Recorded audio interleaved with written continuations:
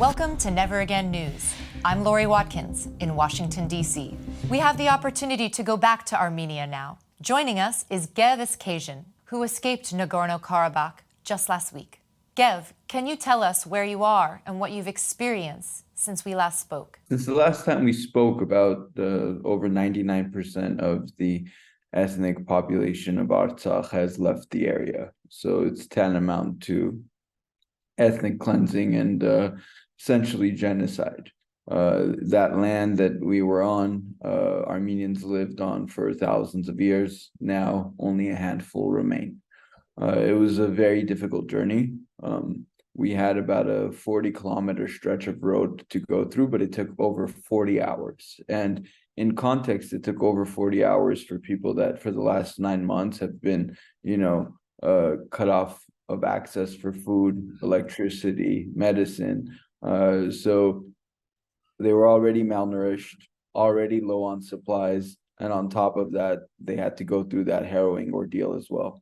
What have you seen that has not been reported? I think one of the things that, isn't being spoken enough about are the fact that today we have numerous political prisoners. Few of the leadership of Nagorno-Karabakh that stayed behind, all of them have been arrested.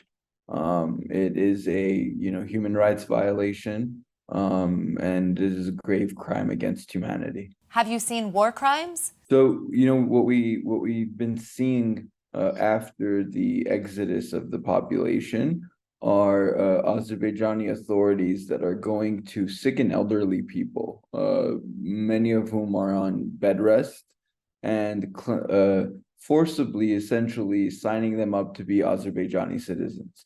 And they're using this as a propaganda tool, saying, look, we've got so many folks that want to be citizens of Azerbaijan living in Nagorno-Karabakh, but you can clearly see that they're elderly, they're sick, they can't move, and they're being forced against their will to do so. It's, in terms of the international community, it's one of disappointment, dismay, and at times betrayal.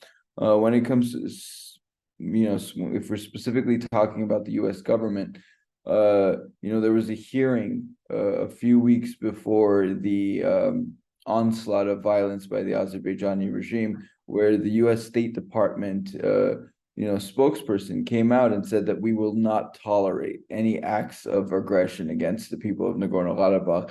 And literally within a week, they launched a full-scale, war against us. So, on one hand, you feel betrayed. On the other hand, the policymakers in the United States have to ask themselves, does our word mean anything on an international scale? And if a state actor like Azerbaijan can at any time willingly disregard what we say, what does it say about the strength of our State Department and the strength of our foreign policy? Please get involved in the 120,000 Reasons campaign at 120,000reasons.org or at 120,000 Reasons on X, Facebook, and Instagram. We'll continue to report on the developing situation in Armenia and Artsakh. Join us again next time on Never Again News.